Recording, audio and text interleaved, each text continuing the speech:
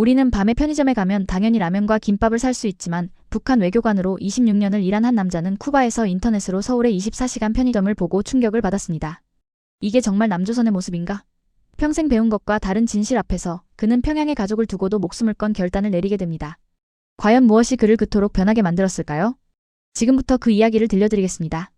구독과 좋아요로 응원해주시면 감사하겠습니다. 그 모든 것은 이렇게 시작되었습니다. 2024년 1월 카리브해에 뜨거운 햇살이 내리쫓는 쿠바 하바나.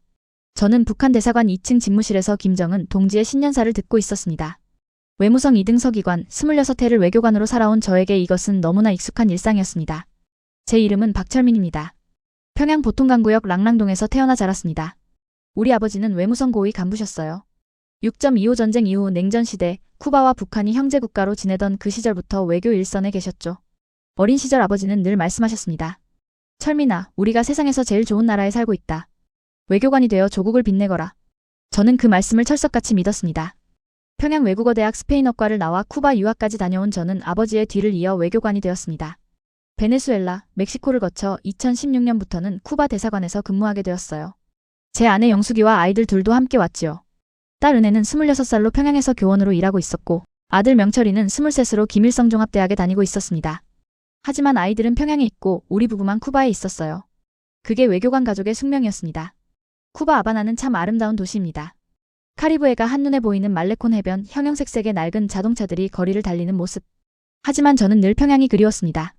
대동강변을 거닐던 그 시절 어머니 손을 잡고 모란봉 공원에 가던 어린 날들이 말이에요. 특히 어머니가 만들어주시던 평양냉면이 그리웠습니다. 쿠바의 더운 날씨 속에서 시원한 냉면 한 그릇이 얼마나 간절했는지 모릅니다.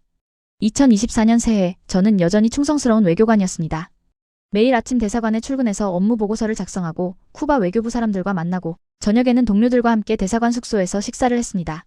같은 대사관에서 근무하는 최 서기관, 리 참사관, 김 서기관과 우리 넷은 오래된 친구였습니다. 모두 비슷한 나이의 가족도 있고 조국에 충성하는 마음도 같았지요. 그런데 그해 초 작은 변화가 생겼습니다.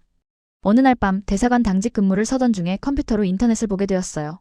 원래는 금지된 일이지만 업무상 필요하다는 핑계로 몰래 접속했습니다. 그때 우연히 본 것이 있었습니다. 한국 드라마 한 편이었어요. 제목은 기억나지 않지만 서울의 밤거리가 나오더군요. 화려한 불빛, 자유롭게 걸어다니는 사람들, 넘쳐나는 물건들. 저는 그게 모두 거짓 선전이라고 배웠습니다. 남조선은 미제의 식민지이고 인민들이 굶주리고 있다고 말입니다. 하지만 그 화면 속 모습은 달랐습니다. 쿠바에서 8회를 살면서 저는 이미 알고 있었어요. 세상에는 우리가 배운 것과 다른 진실이 있다는 것을요. 쿠바 사람들도 가끔 물었습니다. 북한은 정말 좋은 나라인가요? 저는 늘 그렇다고 대답했지만 제 안에서는 작은 의문이 자라나고 있었습니다. 그날 밤 저는 컴퓨터를 끄고 창밖을 바라봤습니다.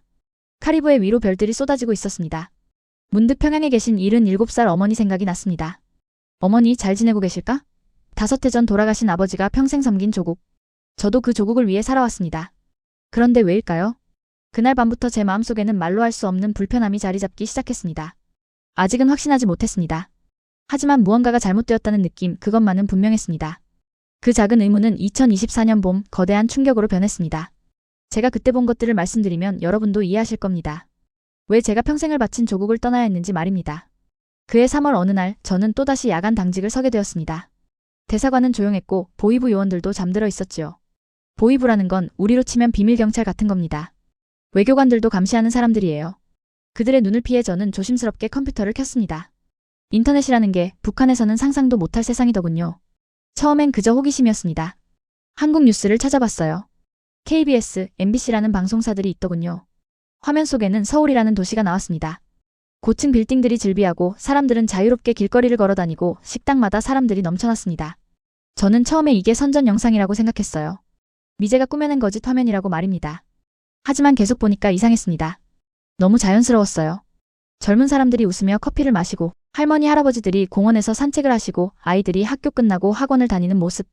그게 꾸며낸 화면이라기엔 너무나 생생했습니다. 그리고 저는 그날 밤 탈북자들의 인터뷰를 보게 되었습니다. 한 탈북자 할머니가 눈물을 흘리며 말씀하셨어요. 고난의 행군 때 남편과 자식을 잃었습니다. 풀뿌리, 나무 껍질을 먹으며 살았어요. 제 가슴이 철렁 내려앉았습니다. 1990년대 고난의 행군, 저희 평양 사람들도 힘들었습니다. 배급이 끊기고 전기가 나가고 겨울에 난방도 안 되던 그 시절. 하지만 지방은 더 심했다는 소문만 들었지 실상은 몰랐어요. 아니, 알려고 하지 않았는지도 모릅니다. 그 할머니는 계속 말씀하셨습니다. 남한에 와서 처음으로 배불리 먹었습니다. 병원에 가도 돈 안 내고 치료받을 수 있고요. 여기가 천국입니다. 저는 그 말을 듣고 컴퓨터 화면을 껐습니다. 손이 떨렸어요. 아버지가 평생 섬기셨던 조국, 제가 26해 동안 충성을 바친 나라.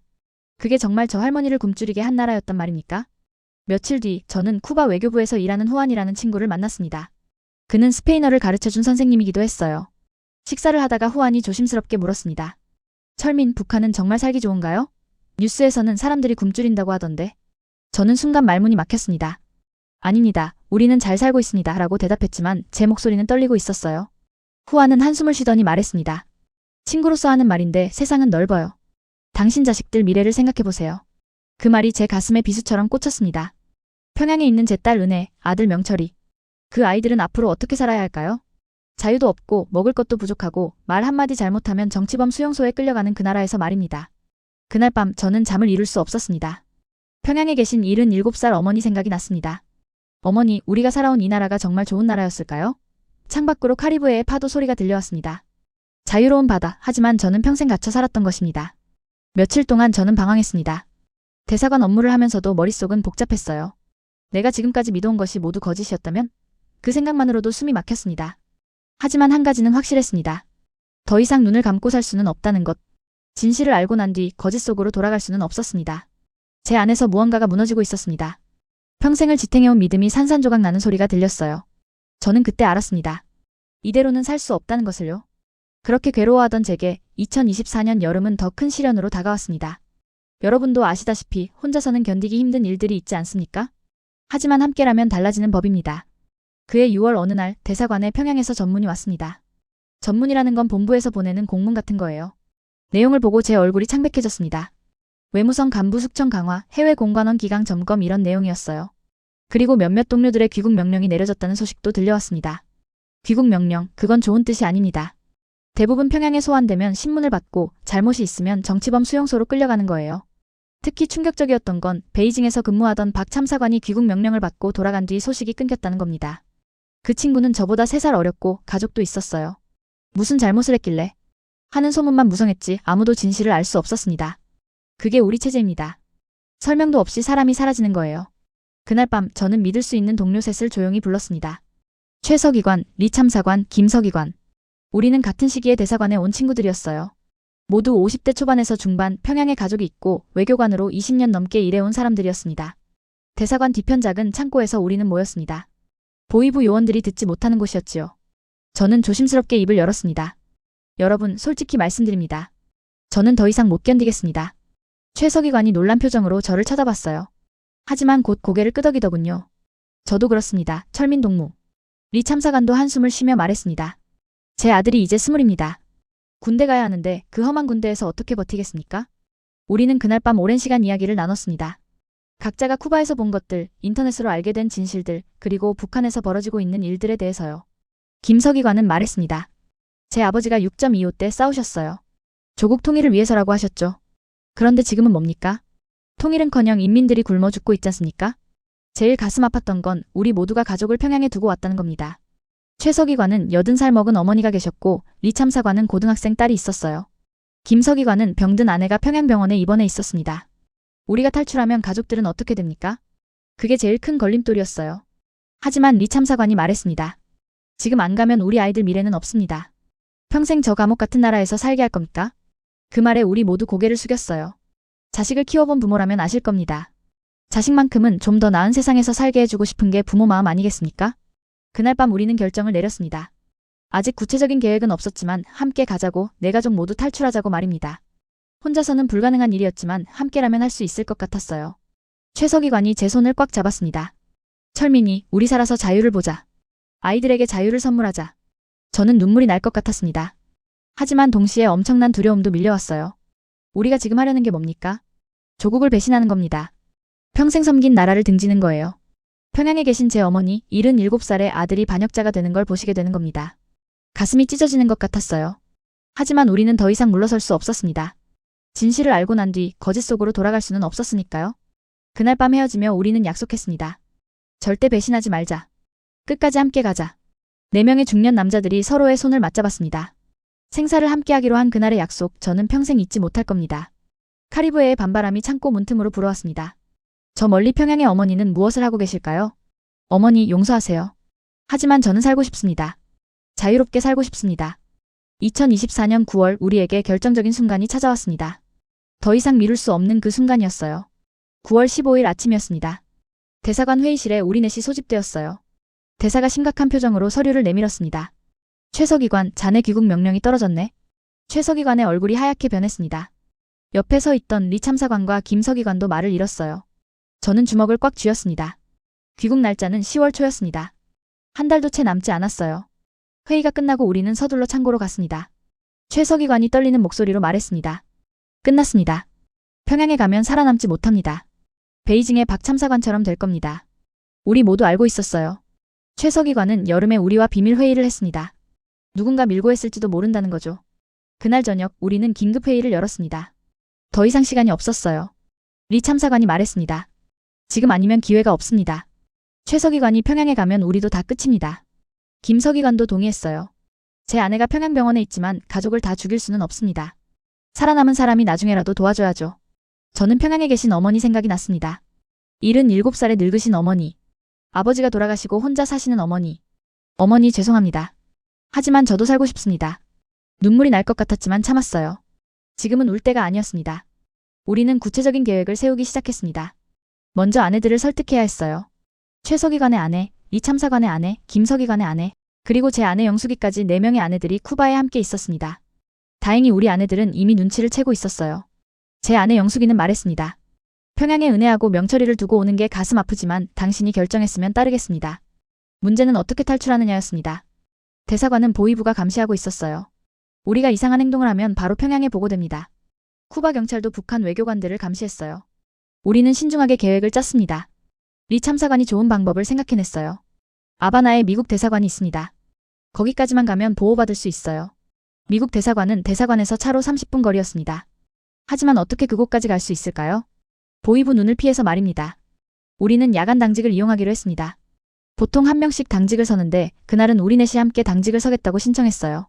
그리고 아내들은 쇼핑을 간다는 핑계로 대사관 밖으로 나가는 거죠. 그렇게 새벽에 만나서 함께 미국 대사관으로 가는 겁니다. 9월 말 우리는 마지막 준비를 했습니다. 돈을 모았어요.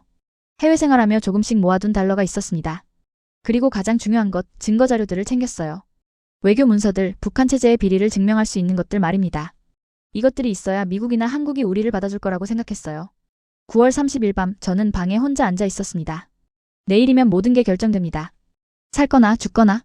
제 책상 서랍에는 어머니 사진이 있었어요. 평양 모란봉공원에서 찍은 사진. 어머니가 웃고 계셨습니다. 저는 그 사진을 만지작거렸어요. 어머니, 저를 낳아주시고 키워주셔서 감사합니다. 아버지가 물려주신 외교관의 길을 걸었지만 이제는 그 길을 벗어나야겠습니다. 용서해주세요. 언젠가 통일이 되면 그때 다시 뵙겠습니다. 꼭 살아서 뵙겠습니다. 창밖으로 카리브해의 별들이 빛나고 있었습니다. 내일 이맘때면 저는 어디에 있을까요? 자유의 땅에 서 있을까요? 아니면 이미 총에 맞아 죽어 있을까요? 하지만 후회는 없었습니다. 이대로 사느니 한번 도전해보는 게 낫다고 생각했어요. 아내 영숙이가 방에 들어왔습니다. 당신 잠은 자야지. 저는 고개를 끄덕였어요. 영숙아, 고맙소. 평생 고생만 시켜서 미안하고. 아내가 제 손을 잡았습니다. 우리 함께 가는 거잖아요. 무슨 말을? 그날 밤 저는 거의 잠을 이루지 못했습니다. 평양의 어머니, 대동강변, 모란봉, 어린 시절 뛰놀던 골목길. 모든 게 주마등처럼 스쳐 지나갔어요. 안녕, 내 고향. 안녕, 내 조국. 미안하지만 이제 작별입니다. 내일은 운명의 날입니다. 2024년 10월 1일 새벽 2시, 우리 인생의 가장 긴 밤이 시작되었습니다. 야간 당직실에 우리 넷이 모여 있었어요. 최서기관, 리 참사관, 김 서기관, 그리고 저. 50대 중년 남자들이 떨리는 손으로 시계를 바라보고 있었습니다. 보위부 요원은 한층 아래에서 자고 있었어요. 대사관 건물은 조용했습니다. 카리브해의 밤바람만 창문을 흔들고 있었지요. 2시 30분, 최서기관이 조용히 말했습니다. 시작합시다. 우리는 천천히 일어났어요. 가슴이 터질 것 같았습니다. 젊었을 때는 몰랐는데 나이 들어 이런 일을 하려니 심장이 견딜 수 있을지 모르겠더군요. 우리는 서류 가방에 중요한 문서들을 챙겼습니다. 그리고 복도로 나왔어요. 한 걸음 한 걸음 내디딜 때마다 바닥이 삐걱거리는 소리가 천둥처럼 크게 들렸습니다. 제발 제발 들키지 말게 해주십시오. 하나님도 김일성도 아닌 그저 하늘에 계신 제 아버지께 기도했어요. 1층 현관문 앞에 섰을 때였습니다. 갑자기 복도에서 발소리가 들렸어요. 보위부 요원이 화장실에 가는 소리였습니다. 우리는 벽에 몸을 붙이고 숨을 죽였습니다. 리 참사관이 제 팔을 꽉 잡았어요. 그의 손이 얼음장처럼 차가웠습니다. 다행히 보이부 요원은 우리를 보지 못했어요. 화장실 불이 꺼지고 다시 조용해졌습니다. 우리는 현관문을 열었습니다. 열쇠가 자물쇠에 들어가는 소리조차 너무 컸어요. 드디어 문이 열렸습니다. 쿠바의 밤 공기가 얼굴에 닿았습니다. 자유의 냄새였을까요? 아니면 죽음의 냄새였을까요? 대사관 정문을 나서자 아내들이 기다리고 있었습니다. 어둠 속에서 4명의 아내들이 작은 가방을 들고 서 있었어요. 제 아내 영숙이가 제게 다가왔습니다. 당신. 저는 아내의 손을 꽉 잡았어요. 걱정 마시오. 꼭 살아서 자유를 보자. 우리는 미리 준비해둔 택시 2대에 나눠 탔습니다. 리 참사관이 현지 쿠바 사람에게 부탁해둔 거였어요. 기사들은 아무것도 묻지 않았습니다. 다만 미국 대사관으로 가신다면서요? 라고만 물었지요. 우리는 고개를 끄덕였습니다. 아바나 시내를 가로지르는 30분이 30시간처럼 느껴졌습니다. 거리는 한산했어요. 가로등 불빛 아래로 가끔 차들이 지나갔습니다. 저 차 안에 보이부가 있으면 어떡하나. 우리를 쫓아오면 어떡하나. 온갖 생각이 머릿속을 스쳐 지나갔어요.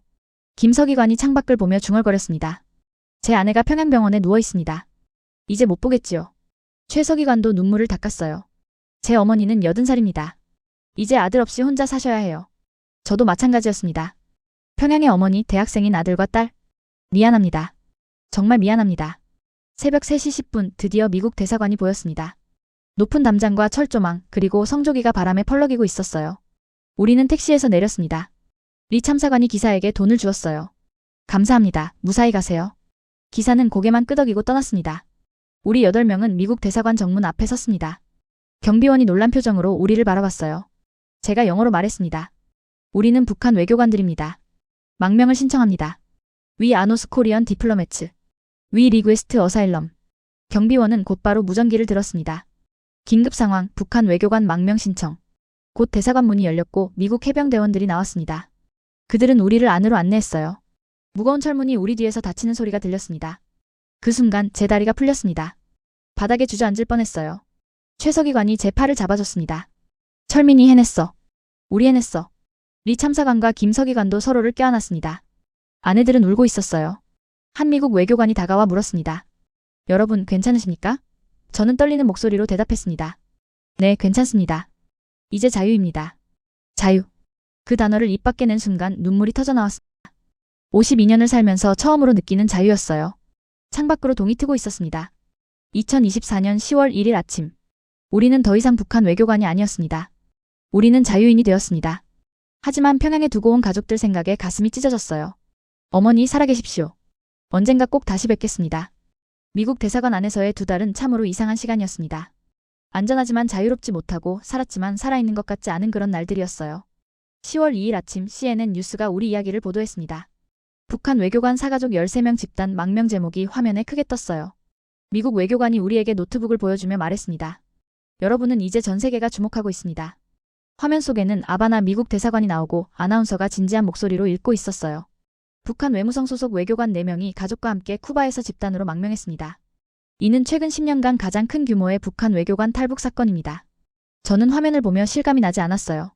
저게 정말 우리 이야기인가? 며칠 뒤에는 BBC, 로이터, 일본 NHK까지 보도했습니다. 전 세계가 우리 이야기를 하고 있었어요. 한국 뉴스도 봤습니다. KBS에서는 북한 엘리트 외교관들의 집단 탈출, 체제 내부 균열 시사라고 보도하더군요. 댓글들을 보니 잘 오셨습니다. 자유의 땅에 오신 걸 환영합니다. 같은 글들이 많았어요. 처음으로 한국 사람들의 따뜻함을 느꼈습니다. 하지만 그 며칠 뒤 우리는 북한 방송을 보게 되었습니다. 평양조선중앙텔레비전에서 우리를 비난하는 내용이 나왔어요. 조국을 배신한 역적들, 인민의 원수들 같은 말들이었습니다. 저는 그 화면을 보다가 고개를 돌렸어요. 하지만 제일 두려웠던 건 그 다음 말이었습니다. 이들 역적들의 가족들은 엄중한 처벌을 받을 것이다. 그 말을 듣는 순간 제 머릿속이 하얘졌습니다. 평양에 계신 77살 어머니, 김일성 종합대학에 다니는 아들 명철이, 교원으로 일하는 딸 은혜, 어머니 아이들, 최서기관도 울고 있었어요. 제 어머니는 80살인데 어떻게 하십니까? 리 참사관은 벽에 머리를 기대고 있었고 김서기관은 아무 말도 하지 못했습니다. 우리는 자유를 얻었지만 가족들은 우리 때문에 고통받게 된 겁니다. 미국 외교관들이 위로해줬어요. 북한이 가족들을 어떻게 할지는 모릅니다. 하지만 여러분이 돌아간들 상황이 나아지지 않았을 겁니다. 그 말이 맞는 말이긴 했어요.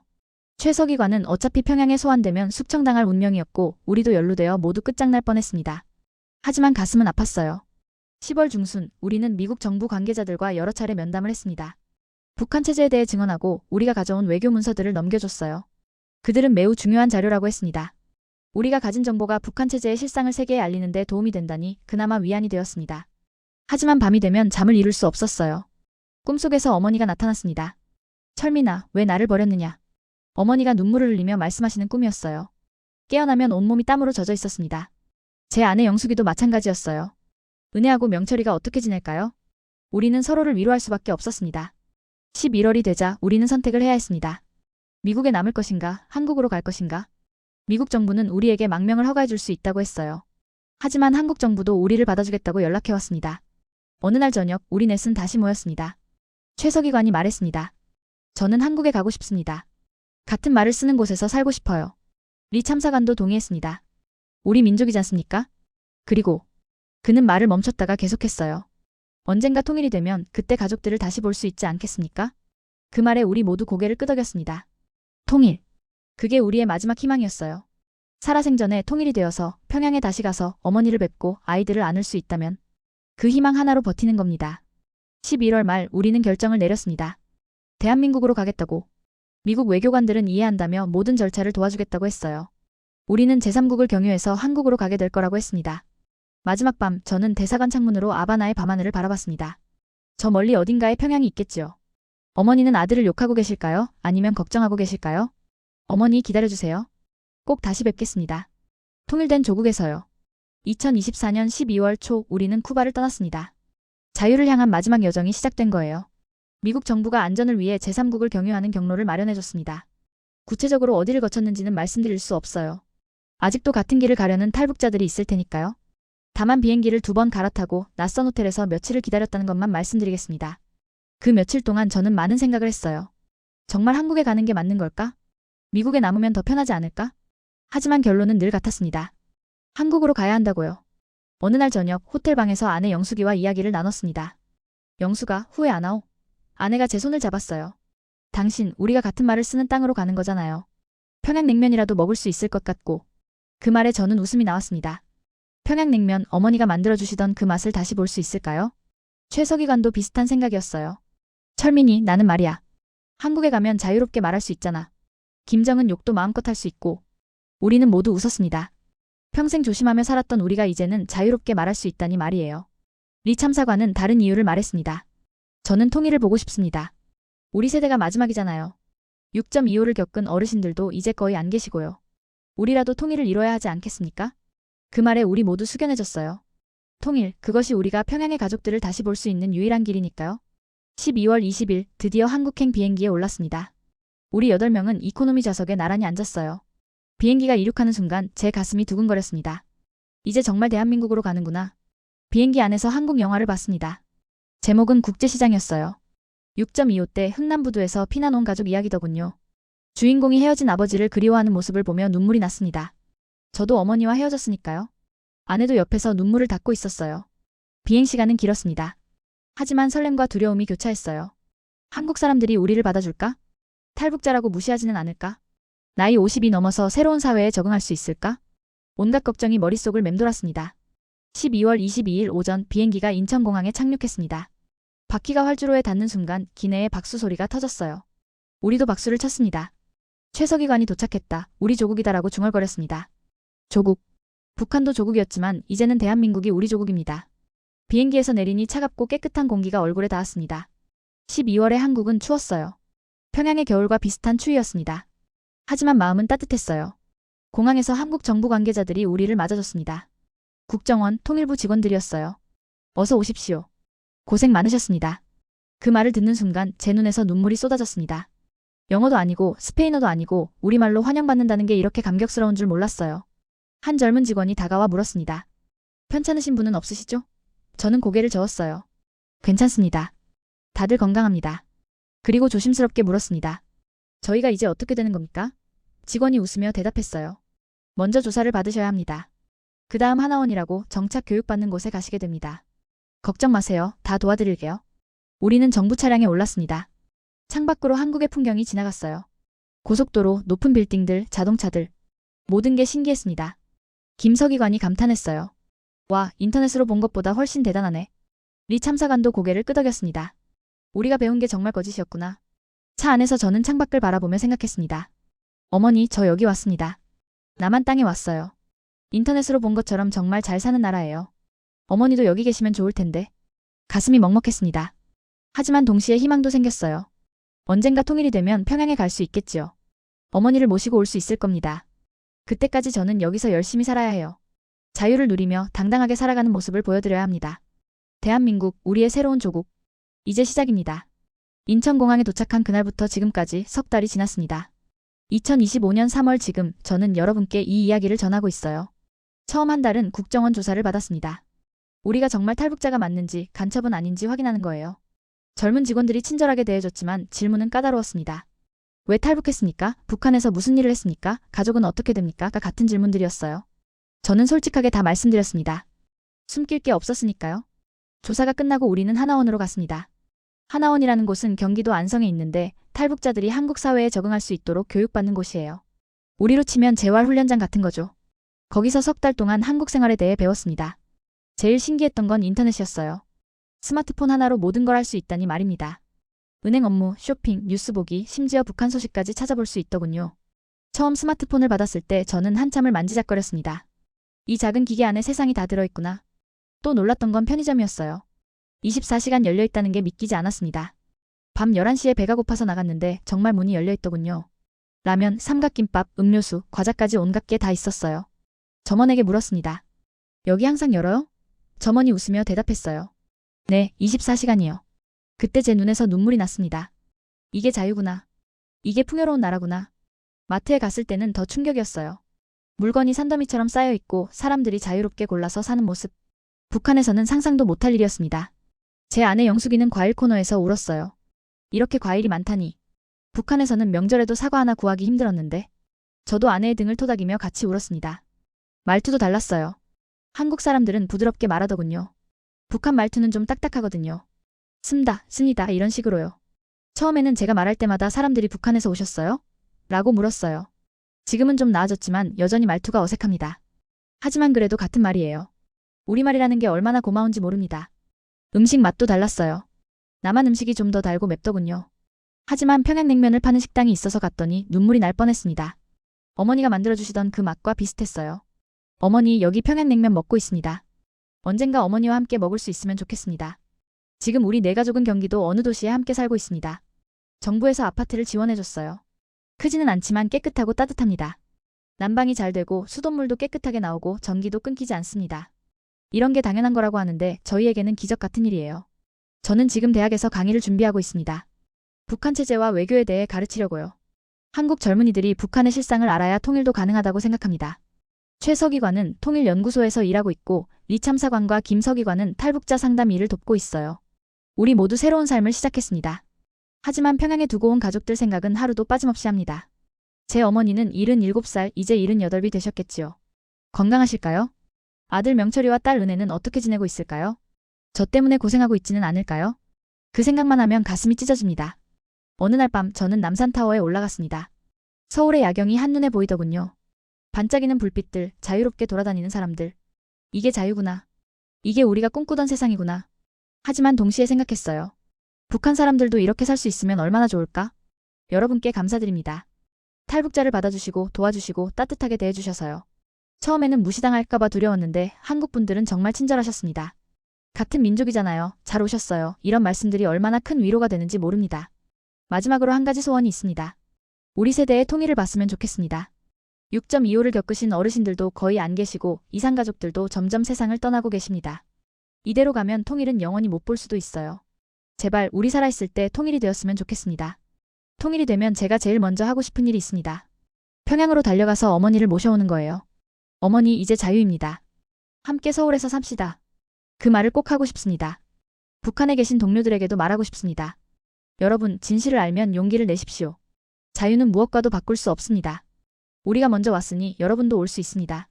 대한민국, 이제 제 조국입니다. 자유롭게 숨 쉴 수 있는 이곳에서 당당하게 살아가겠습니다. 그리고 통일의 그날까지 희망을 잃지 않겠습니다. 감사합니다. 저희의 이야기를 들어주셔서요. 이 이야기가 잊혀지지 않길 바란다면 구독과 좋아요로 함께 해주세요.